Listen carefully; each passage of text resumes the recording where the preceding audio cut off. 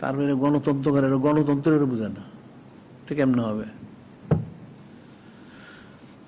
এই যেমন সুদ করতে সব এলোমেলো কাজ করতেছে, এটা তার তো সব অবৈধ কাজ।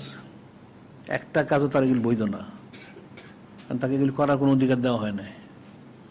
এদের সংবিধান অনুযায়ী আর গণতন্ত্র অনুযায়ী ধরা হয়, তার প্রত্যেকটা কাজ অবৈধ।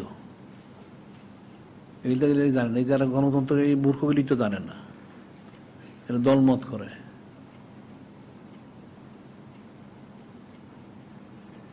কারণ সে, তাকে দেওয়া হয়েছে অন্তর্বর্তীকালীন, সে শুধু তার সর্বোচ্চ সে পারবে নির্বাচনটা দিতে, 1 নম্বর। 2 নম্বর, যে নির্বাচিত সরকার যদি আসে গণতন্ত্র অনুযায়ী, তাকে সে কিছু সুপারিশ করতে পারে, এর বাইরে আর তার কোনো অধিকার নেই। এই যে সে আইন করে, এটা করে, সেটা করে, সংস্কার করে, এটা সম্পূর্ণ অবৈধ, একটা বৈধ না।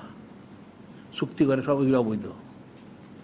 এটা গণতন্ত্র জানে না, ইসলাম তো দূরের কথা, গণতন্ত্রই জানে। গণতন্ত্র করে সারা বছর জীবন বড় গণতন্ত্র করলে গণতন্ত্রই জানে না।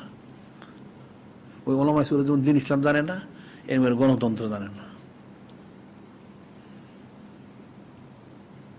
পড়া নাই, লেখা নাই, ইলিম নাই, কালাম নেই, বুঝবো কোথেকে?